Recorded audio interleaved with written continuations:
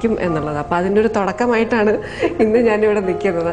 അപ്പോൾ എനിക്ക് ഒരുപാട് എക്സ്പേർട്ടൊന്നും അല്ലെങ്കിലും എനിക്കറിയാവുന്ന ഒരു ചെറിയ സ്നാക്കാണ് ഞാൻ ഇന്നിവിടെ. കണ്ടിട്ട് അത്ര ചെറുതാണെന്നൊന്നും തോന്നുന്നില്ല. എന്തായാലും നമുക്ക് സമൃദ്ധയുടെ പരീക്ഷണം എന്താണെന്ന് കണ്ടു നോക്കാം.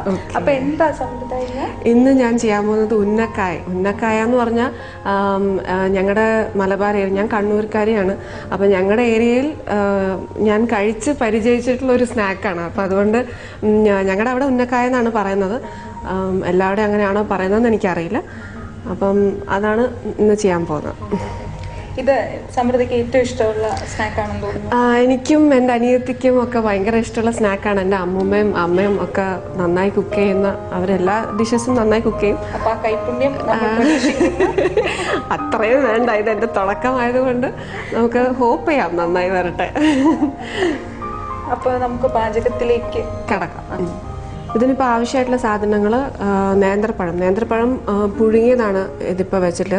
അത് ശരിക്കും ഏറ്റവും ഇമ്പോർട്ടൻ്റ് ആയിട്ട് ശ്രദ്ധിക്കേണ്ട ഒരു കാര്യം, ഇതിൽ പഴം യൂസ് ചെയ്യുമ്പോൾ ഒത്തിരി പഴുത്തതാവരുത്. ലൈറ്റായിട്ട് പഴുത്ത നേന്ത്രപ്പഴമാണ്. അത് സ്റ്റീം ചെയ്യേണ്ടത്. ഇപ്പോൾ ഇത് സ്റ്റീം ചെയ്ത് വെച്ചിരിക്കുന്ന നേന്ത്രപ്പഴമാണ്. പിന്നെ ഒരു കപ്പ് തേങ്ങ ചിരകിയത്, നെയ്യ്, പഞ്ചസാര ഒരു ആവശ്യത്തിന് ഒരു 3 ടേബിൾ സ്പൂണൊക്കെ വേണ്ടി വരുള്ളൂ. പിന്നെ ഏലക്കായ പൊടിച്ചത്. ഇത്രയും സാധനങ്ങൾ മാത്രമേ വേണ്ടൂ. അപ്പോൾ നമുക്ക് തുടങ്ങാം. ഇത് നന്നായി വേവിച്ച് വെച്ചിട്ടുള്ള നേന്ത്രപ്പഴമാണ്. ഇത് ശരിക്കും 2ആയി കട്ട് ചെയ്ത് ഇതിനുള്ളിലത്തെ നാരൊക്കെ കളഞ്ഞ് സ്മാഷ് ചെയ്യണം. നന്നായി സ്മാഷ് ചെയ്ത് ഈ ഒരു പരുവത്തിലാക്കിയിട്ട് എടുക്കണം. ഇത് ചെയ്തതിന് ശേഷം നമുക്ക് ഉള്ളിലത്തെ ഫില്ലിംഗ് ചെയ്യാം. ഫില്ലിങ്ങിന് വേണ്ടിയിട്ടാണ് ഈ ബാക്കി ഇൻഗ്രീഡിയൻസ് വെച്ചിരിക്കുന്നത്. അപ്പോൾ അത് ആദ്യം അതെ ലോലിട്ട് ഇതിനകത്ത് ഒരു 2 ടീസ്പൂൺ നെയ്യ് ഇട്ടതിന് ശേഷം ചൂടായി വരുമ്പോൾ നന്നായി മെൽറ്റ് ചെയ്തതിന് ശേഷം 1/2 കപ്പ് അല്ലെങ്കിൽ 1 കപ്പ് ഇടാം. 1 കപ്പ് തേങ്ങ ചിരകിയത്.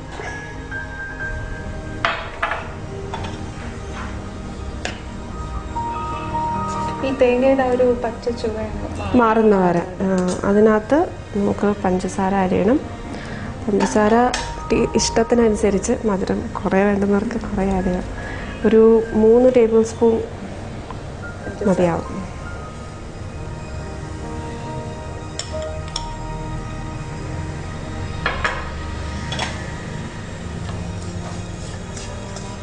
ഇതൊന്നും ചെയ്ത് വലിയ പരിചയമില്ലാത്തതുകൊണ്ട് ചെയ്യുമ്പോൾ ഒരു ചെറിയ ചമ്മലുണ്ട് എനിക്ക്.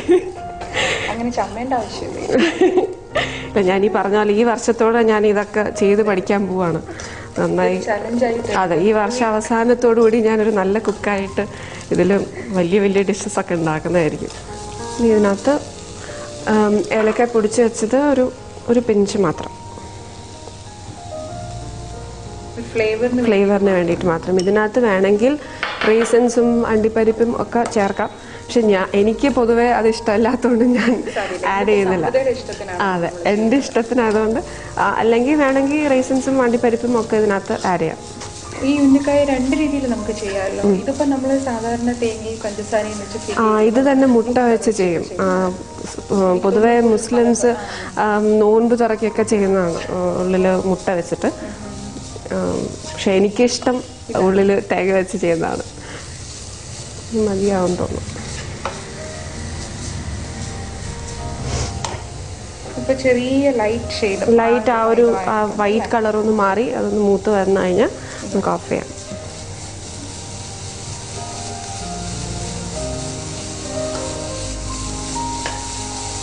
ഇപ്പൊ പഞ്ചസാര മൊത്തം അതില് അലിഞ്ഞു ചേർത്തിട്ടുണ്ട്.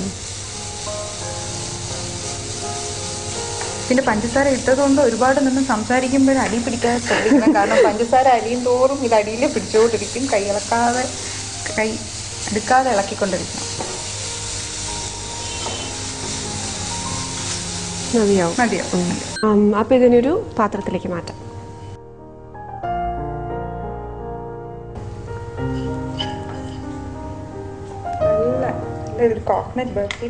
മണം വരും. അതെ, ഇത് ഫ്രൈ ചെയ്യുമ്പോൾ ഭയങ്കര മണം കേട്ടാൽ തന്നെ നമുക്ക് ഭയങ്കര ടെംപ്റ്റിംഗ് ആണ്.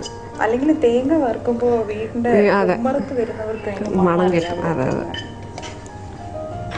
ഇത് ആക്ച്വലി അമ്മ എപ്പോഴും സ്കൂൾ വിട്ട് വൈകുന്നേരം വരുമ്പോൾ എനിക്കും അനിയത്തിക്കും എപ്പോഴും വൈകുന്നേരം വരുമ്പോൾ എന്തെങ്കിലും ഒരു സ്നാക്ക് വേണം. അപ്പോൾ ആ സമയത്ത് ഉണ്ടാക്കുന്നതാണ്. അതുകൊണ്ട് അമ്മ നല്ലൊരു പാചക വിദഗ്ധയാണെന്ന് കേട്ടിട്ടുണ്ട്. അമ്മ നല്ല കുക്കാണ്. അമ്മ ആക്ച്വലി അമ്മ ഉണ്ടാക്കുന്ന ബിരിയാണിയൊക്കെ ഭയങ്കര ഫേമസ് ആണ് എൻ്റെ ഫ്രണ്ട്സിൻ്റെ ഇടയിൽ. ഷൂട്ടിംഗ് ലൊക്കേഷനിലൊക്കെ അമ്മ ഉണ്ടാക്കിയിട്ടുള്ള ബിരിയാണി കൊണ്ടുപോകാറുണ്ട്. അപ്പം അമ്മ ഒരു ബിരിയാണി എക്സ്പെർട്ടാണ്. സമൃദ്ധിക്ക് കണ്ണൂർ ഒരു റെസ്റ്റോറൻറ്റ് ഇല്ലേ? അച്ഛന് ഹോട്ടൽ ബിസിനസ്സാണ്. അച്ഛന് 3 റെസ്റ്റോറൻറ്റ്സ് ഉണ്ട്. അപ്പം ആക്ച്വലി ഭക്ഷണം കണ്ടും കഴിച്ചും ഒക്കെ രുചിച്ചും ഒക്കെ ഒരുപാട് പരിചയം. അതെ, എന്ത് വേണമെങ്കിലും. പക്ഷെ എനിക്ക് അമ്മ വീട്ടിലുണ്ടാക്കുന്ന ഭക്ഷണമാണ് കൂടുതൽ. പുറത്തിപ്പോൾ വേറെ ഹോട്ടൽസിൽ പോയി പുറത്ത് കഴിക്കുന്നതിനേക്കാൾ കൂടുതൽ വീട്ടിലുണ്ടാക്കുന്ന ഭക്ഷണമാണ് ഇഷ്ടം. എല്ലാവർക്കും ഉണ്ടാക്കുന്നത്. അതെ, എന്തൊക്കെ പറഞ്ഞാലും 1 മാസത്തെ ഷൂട്ട് കഴിഞ്ഞ് വരുമ്പോൾ വീട്ടിൽ അമ്മ ഉണ്ടാക്കുന്ന ഭക്ഷണം തന്നെയാണ് കഴിക്കാൻ ഇഷ്ടം. അതുപോലെ അമ്മ അടുക്കളയിൽ സഹായിക്കുമോ എന്നൊരു ചോദ്യം. ആക്ച്വലി എനിക്ക് ഇഷ്ടമാണ്, കുക്കിംഗ് ഭയങ്കര ഇഷ്ടമാണ്. ആരെങ്കിലും ചെയ്യുന്നത് കാണാനും കണ്ടു പഠിക്കാനും ഒക്കെ ഇഷ്ടമാണ്. പക്ഷെ കൂടുതലും ട്രൈ ചെയ്തിട്ടില്ല ഇതുവരെയ്ക്കും. കാരണം അമ്മയും അമ്മമ്മയും അനിയത്തിയും എല്ലാവരും നന്നായി കുക്ക് ചെയ്യും വീട്ടിൽ. അവന് എനിക്ക് ചാൻസ് കിട്ടാറില്ല. ഞാൻ പലപ്പോഴും ഇവരുണ്ടാക്കിയതൊക്കെ കഴിക്കാനാണ് ഞാൻ. എന്നാലും അവർ ഒരു പ്രാവശ്യമെങ്കിലും ആഗ്രഹിക്കത്തില്ലേ സമൃദ്ധയുടെ കൈകൊണ്ട് ഉണ്ടാക്കി എന്തെങ്കിലും കഴിക്കും? ഞാൻ സത്യം പറഞ്ഞാൽ ഞാൻ ഉണ്ടാക്കിയിട്ടുണ്ട്. അത്യാവശ്യ സമയങ്ങളിലൊക്കെ ഞാൻ ഉണ്ടാക്കിയിട്ടുണ്ട്. പക്ഷെ ഒരു എക്സ്പെർട്ട് കുക്കൊന്നും അല്ല. അത് അമ്മയോട് പറയുമ്പോൾ അമ്മ പറയുന്നത് അമ്മയും പണ്ട് അങ്ങനെയായിരുന്നു, സമയം വരുമ്പോൾ എല്ലാവരും പഠിച്ചോളും, പതിയെ പഠിച്ചോളും. അപ്പം അതുപോലെയാണ് ഞാനും. അപ്പോൾ നമുക്ക് തുടങ്ങാം. അപ്പോൾ ഇനി ഈ സ്മാഷ് ചെയ്ത് വെച്ചിരിക്കുന്ന പഴത്തിനുള്ളിൽ ഇത് ഫില്ല് ചെയ്യണം. അപ്പം അതിനായിട്ട് നെയ്യ് കയ്യിൽ തടയിലെ ഒട്ടിപ്പിടിക്കും. ഈ പഴം ശരിക്കും നമ്മൾ ഈ സ്മാഷ് ചെയ്യുന്ന സമയത്ത് ഇപ്പം നാടൻ രീതിയിൽ അമ്മിയിലൊക്കെ വെച്ച് ചെയ്യുന്നതാണ് നല്ലത്.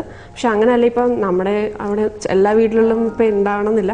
അപ്പം അങ്ങനെയാണെങ്കിൽ ഗ്രൈൻഡറിൽ വെച്ചിട്ട് ചെയ്യാനും. പിന്നെ തടിത്തവിയോണ്ട് അടിച്ച് നന്നായിട്ട് അടച്ചാലും മതി.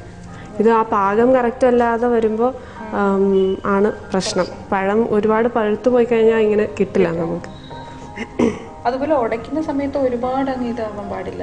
ഉടയ്ക്കുന്ന സമയത്ത് ഒരുപാട് ലിക്വിഡ് ആവാൻ പാടില്ല, ഡ്രൈ ആയിട്ട് തന്നെ ഇരിക്കണം. ഇത് സാധാരണ ഇലയിലൊക്കെ വെച്ച് ആണ് ഷേപ്പ് ചെയ്തെടുക്കുന്നത്. പക്ഷെ ഞാനൊരു കൊച്ചു എക്സ്പെർട്ട് ആയത് കാരണം കൈ വെച്ച് ഷേപ്പ് ചെയ്താലും മതി. അതാണ് ഈ ഒരു ഷേപ്പിലാണ് ഇത് സാധാരണ വരുന്നത്. ഇതാണ് ഇതിൻ്റെ ഒരു